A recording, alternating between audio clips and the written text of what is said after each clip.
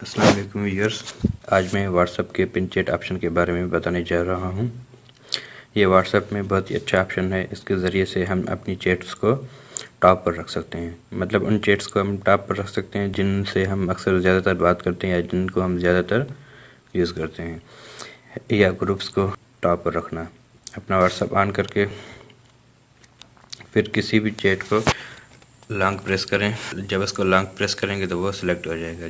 ये मेरा group select हो गया। अब मैं ऊपर से एक पिन का आइकन नज़र आ रहा है राइट हैंड की साइड पर। उस पिन को लॉन्ग प्रेस करेंगे तो आपको नाम बता देगा कि ये इसका नाम पिन चैट है।